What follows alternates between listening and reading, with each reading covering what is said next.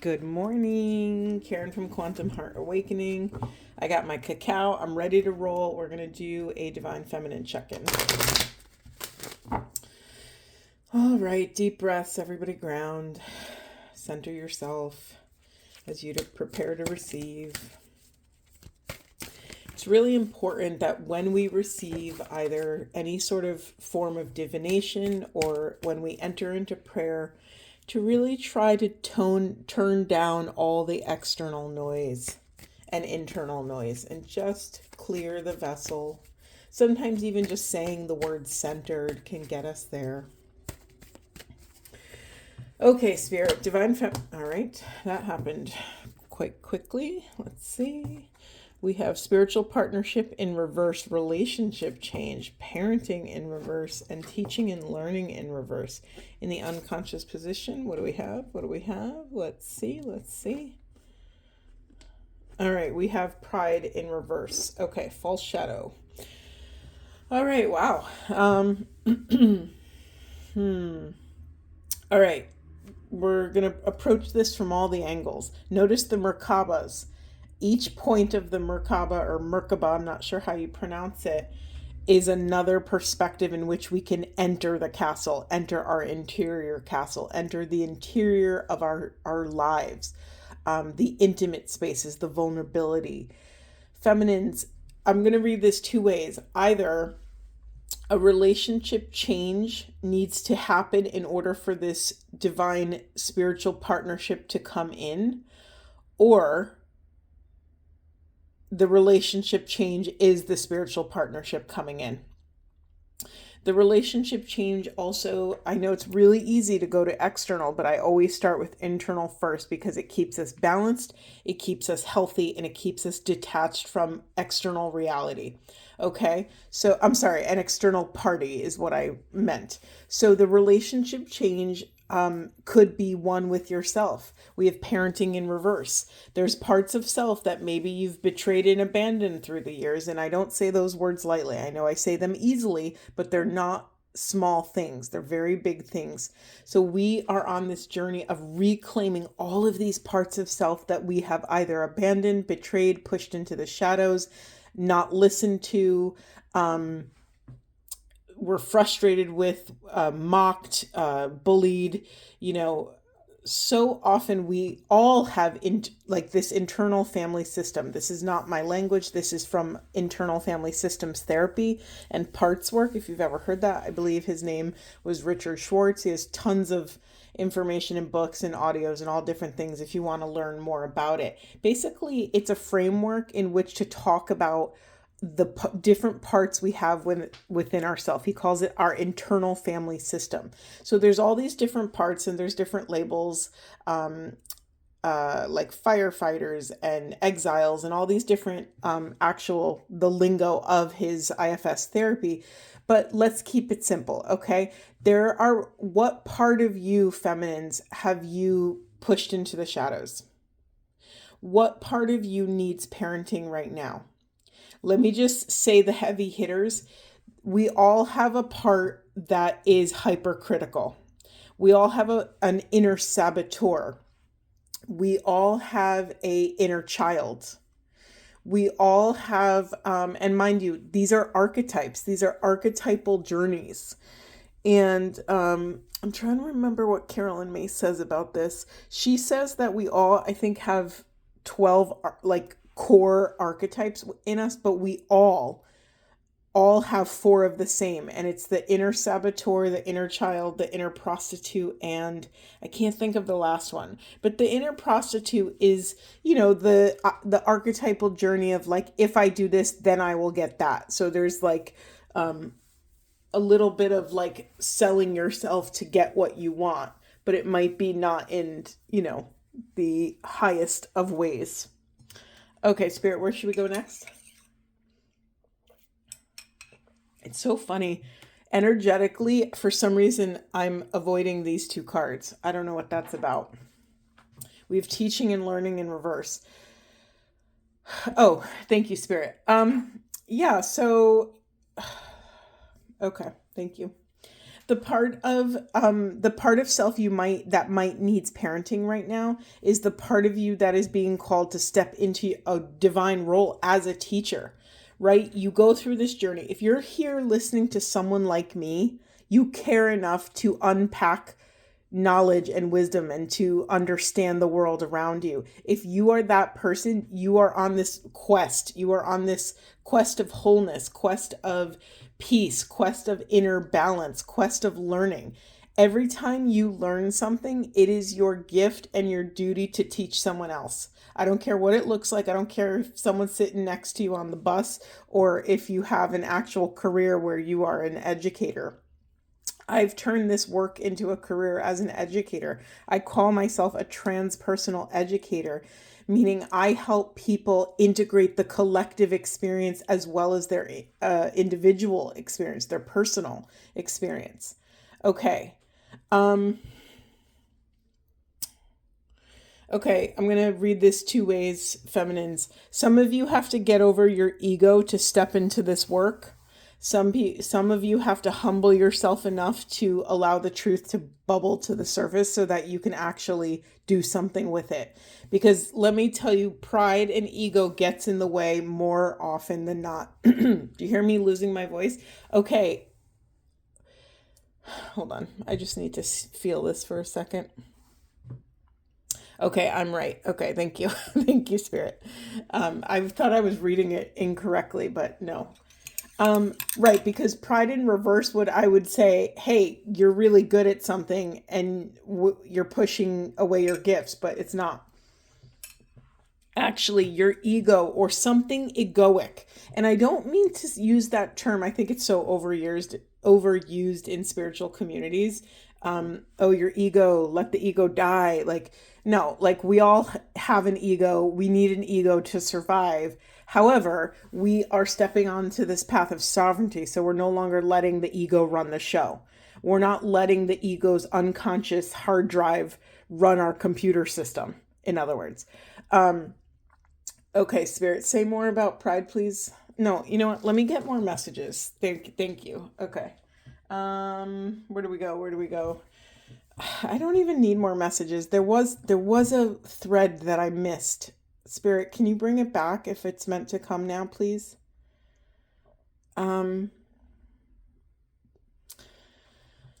There's something here about parenting and reining in when the ego runs amok. And listen, like our egos could be detached to so many different things. There could be so many different threads, either that we put there because of our family of origin and our upbringing, or that have been sort of that we developed as a byproduct of our life experiences. We are coming into balance, right? We're balancing the relationship we have with ourself. We're learning how to parent the parts of self before they start to run amok out in the world. That's what this work is all about. We don't want to let our unconscious parts run the show without consciousness. That's the whole point of us stepping into consciousness, becoming more conscious. What does that mean? We're awake. We're becoming more awake to what's happening, what's happening and what operating system is moving through us. It doesn't always mean that we even have to change it, but once we become conscious of why we're doing things and why we react this certain way after we have this certain experience, when you start peeling back these layers, things start to make sense. And more often than not, just acknowledging that something is taking place oftentimes turns down the volume a little bit of that thing, of that pattern of behavior. Okay.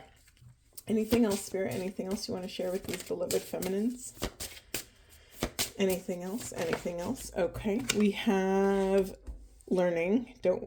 We have teaching and learning. I'll put it right here. Look at how many eyes. Normally you just see visuals of 1/3 eye, but this figure has 3. And the hair, look at it. It's DNA strands. There's something awakening in your energetic DNA, feminines. And you have to quiet yourself and your life around you in order to receive it.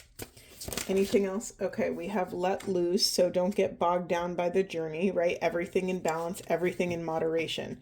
I just said this to a friend of mine. If you can't bring the light down into the darkest depths of your soul, the work you do is not sustainable. So we have to balance it with some pleasure, with some play. And then when you fill up your fun tank, then you could dive back into the work and you will be well resourced. You will have enough fuel in the gas tank to get you where you're going.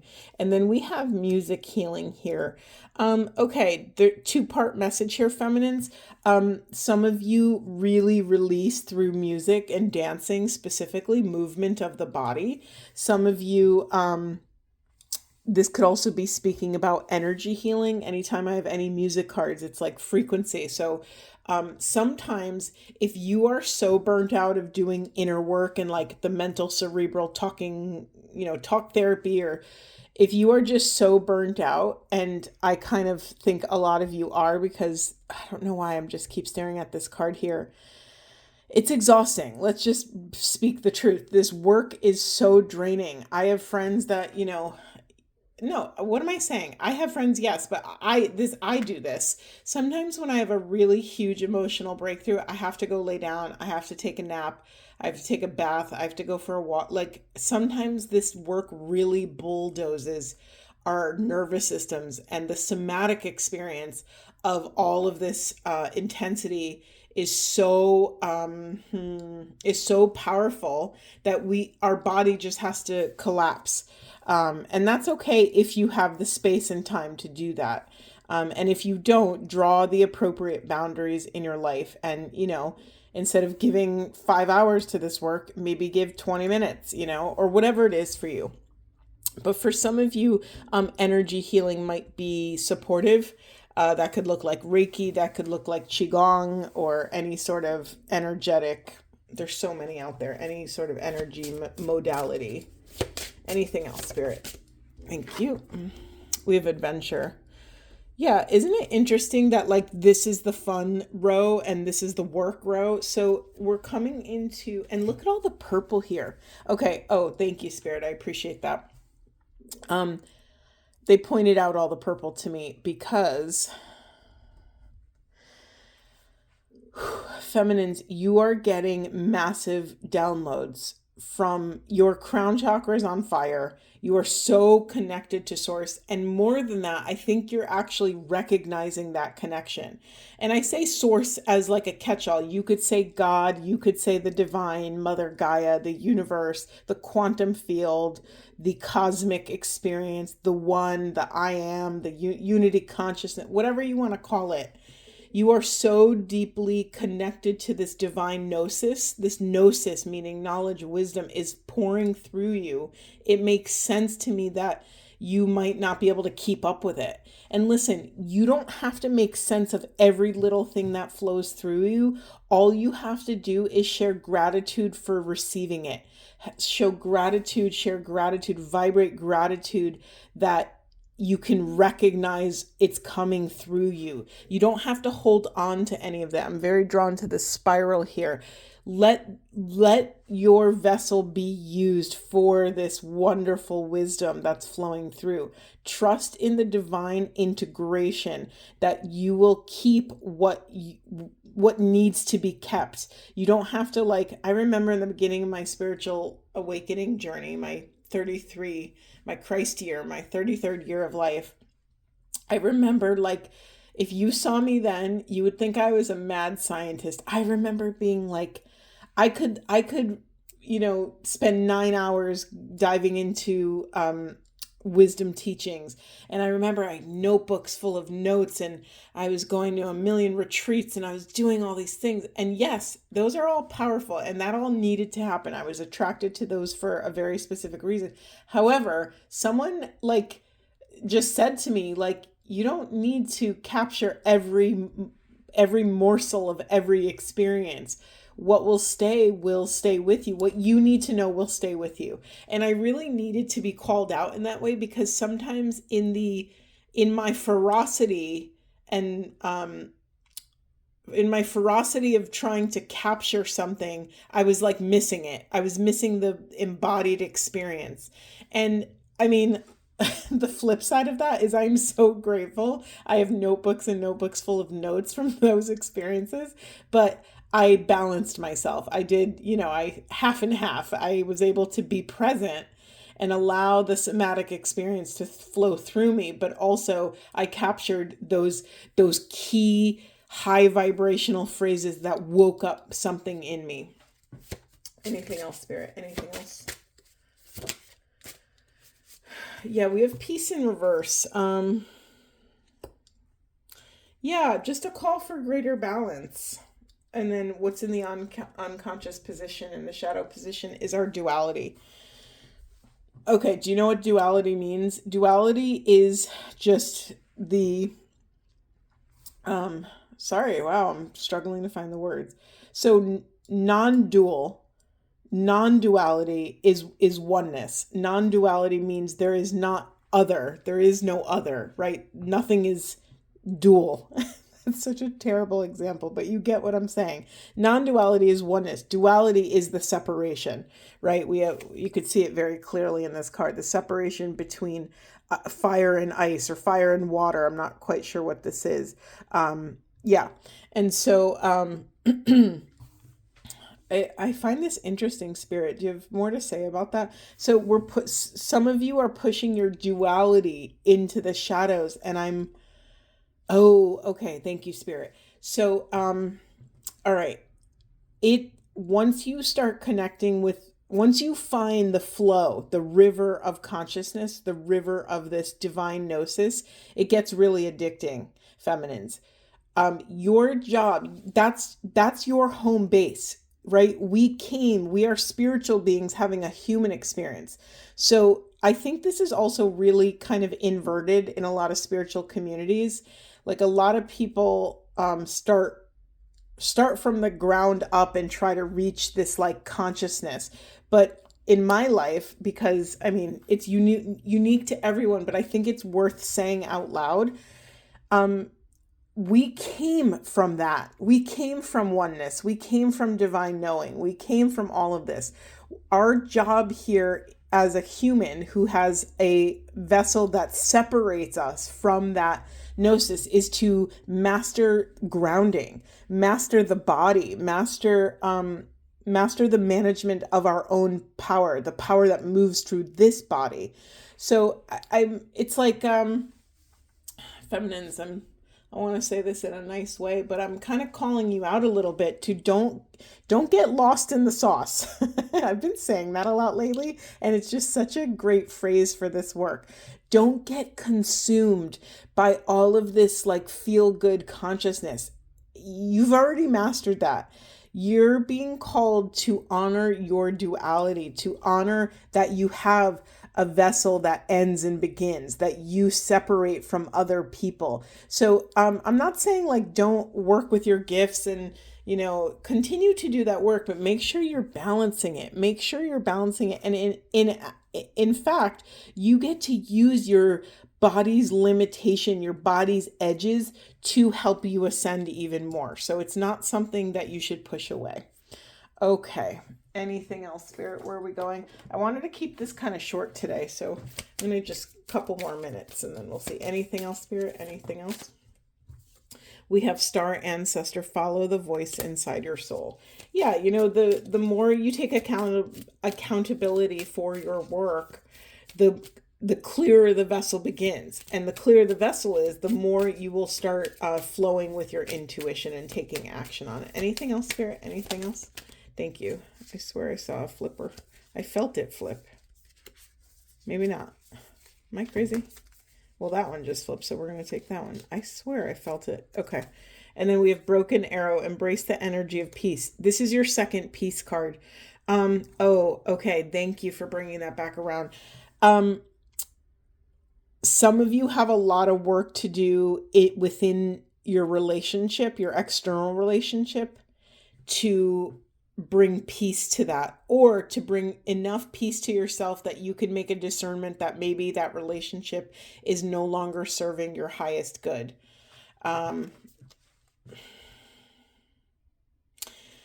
This is such a hard thing on this twin flame path. It's like everybody wants the divine counterpart. Everybody wants, but what does that actually look like? I think so many of us are so used to be spending more time in the wanting that when it actually comes in, it's another awakening. And I think people are like, oh, I work so hard and my pot of gold at the end of the rainbow is my divine counterpart. Unfortunately, there's going to be another rainbow that you're going to have to traverse, and then another pot of gold, and then another and another. So remember, there is no destination here. The journey is the destination. The journey is the pot of gold. Because what often happens, and I'm just going to say this because everyone needs to hear this at one point in your life. Listen, the work you do alone paves the way for the work you do in partnership. There is certain work, inner work I'm talking about. There's certain inner work that can only be done in union, that can only be done in partnership. And there's, listen, your ego will be tested when you are in a relationship that's mirroring back to you all of the nooks and crannies that you missed on your journey. It's intense, right? This is what we're doing. What you do alone is building your stamina, building your endurance of self-esteem and self-love to be able to handle the next level, the next layer of this. And then we also have mountain, stand your ground, and it's in reverse. Am I going to take that? Here's the thing. It's like, you've heard that quote where you have to define yourself or the world's going to do it for you, or it's something like that. But there's something about, like, you have to figure out what you stand on and what you stand up for, and hold your center for love in the chaos. You can't let other people pull you into their truth if it's not resonant with you, right? By doing that, you're not honoring your soul's deepest calling. There's something about settling here. Like, yeah, our society, especially in the US, like, there's so much settling energy. You're supposed to have the beautiful partner, who has the good job, so you could buy the beautiful house with the picket fence and have 2.5 kids and a dog and, like, the whole thing, right? And it's taken years for us to dismantle that false perception or that illusion. It's not an illusion. If you want that, that's sacred and beautiful if it's in alignment with your soul's deepest truth. But when you want it because you think you should want it, you feel the difference in that? It's totally different energy. When you want it because you think it's what you should do or what your parents expect you to do or society or whatever, you're betraying a deep, deep, soulful part of self. And you have to really figure out what is, and excavate your deepest truth. In the unconscious position, we have heart guardian, love and let yourself be loved. I'm not even going to say anything about that. Let's just get one of these spirit guidance cards. Anything else for these divine feminines? Anything else for these divine feminines? We have embrace the moment. Embrace this day, this very moment. Think positively today and repel those negative thoughts. Try not to judge yourself or others. This may be harder than you think. What is actually happening is that you're changing your energy. Beautiful, beautiful little reading. I'm going to get a divine feminine Buddha wisdom. I'm not even going to shuffle. I'm just going to split the deck and pull today. We have, in the silence of meditation, you acknowledge mistakes that you have made. You let them go. This speaks directly into all of these peace cards. We got 2 or 3 peace cards. Don't suffer more than you have to, feminines. Excavate your truth, not someone else's, because, right, you can never be accountable for what's going on someone else's side of the street. You can only be accountable for yourself. You can only control yourself. I'm losing my thread. What was I saying, Spirit? Oh, once you get what you need, once you excavate your truth and all of the wisdom you need, let it go. And if there's another part of that circumstance that you're meant to revisit, it will flow back into your consciousness. I think there's such an interesting thing here where we think we're so alone, but feminines, you have so much support.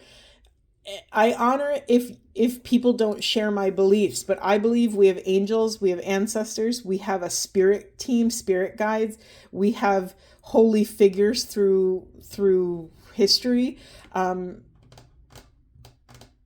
God, we have so many different energies that we get to work with on the planet. We have ascended masters. I have a couple lineages that I'm a part of. I pray to ascended Reiki masters. I pray to regular ascended masters. And there's a million other different little niche groups that people feel connected to. You're never alone. So if you're stuck on something, ask for divine guidance before you ask in the physical world. Because sometimes when we put all of our stuff out there in the physical world, people are so eager to like vomit their opinions on you, and it could really, fragment the vibration.